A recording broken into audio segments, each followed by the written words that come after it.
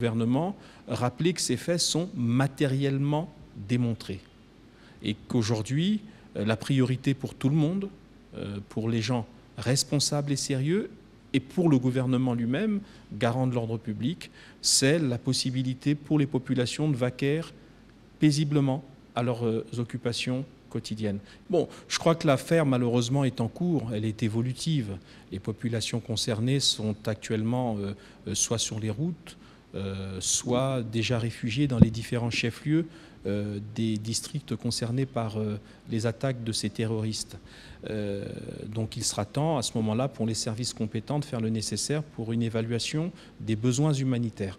L'intervention encore plus efficace de la force publique afin de traquer les terroristes et en même temps qui ont appelé, qui est l'instigateur, le meneur, l'inspirateur de ces bandes armées.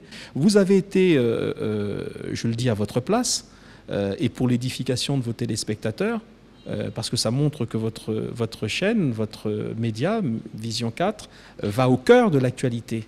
Vous avez été victime, je le dis donc à votre place, d'une attaque des ninjas, parce que vous étiez dans une délégation de journalistes qui avait été embarquée dans un hélicoptère de la force publique. Vous deviez aller sur le terrain, dans le district de Mindouli, je crois, et que vous avez été témoin des tirs dont a été victime cet hélicoptère, qui, Dieu merci, n'a pas été atteint, mais qui a dû rebrousser chemin.